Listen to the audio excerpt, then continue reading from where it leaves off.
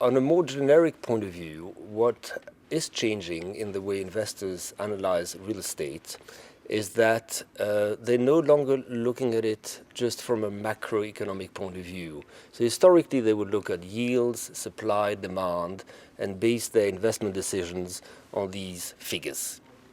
Now, as is pointed out by the GLL City Momentum Index, which has been widely publicized, you will see that a lot of investment decisions and the success of a city to attract international investors is more driven by the city's livability, its capacity to innovate, to create, its vibrancy as a place to work and live.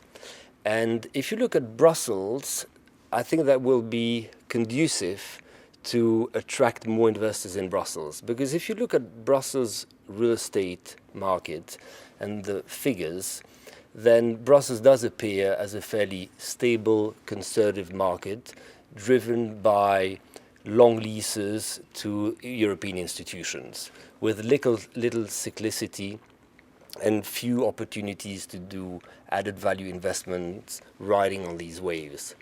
But if and when investors start looking at investment in a slightly different angle as they are, they will notice many more characteristics that underpin the real estate market in Brussels. And just to throw a few facts and figures, Brussels is the second largest conference destination in the world after Singapore, I believe. It's got more diplomats than Washington. It's the second largest concentration of journalists in the world. And one figure few people know, after Dubai, it is the world's with the most large, diverse population. 62% of the people living in Brussels were actually born outside of Belgium.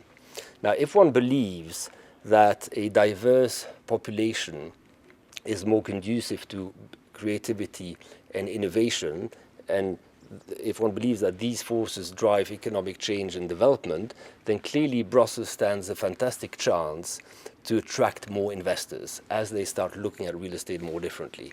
So I think that beyond the figures that people have mostly looked at when looking at Brussels, people will discover a reality that is much more exciting than what has appeared so far.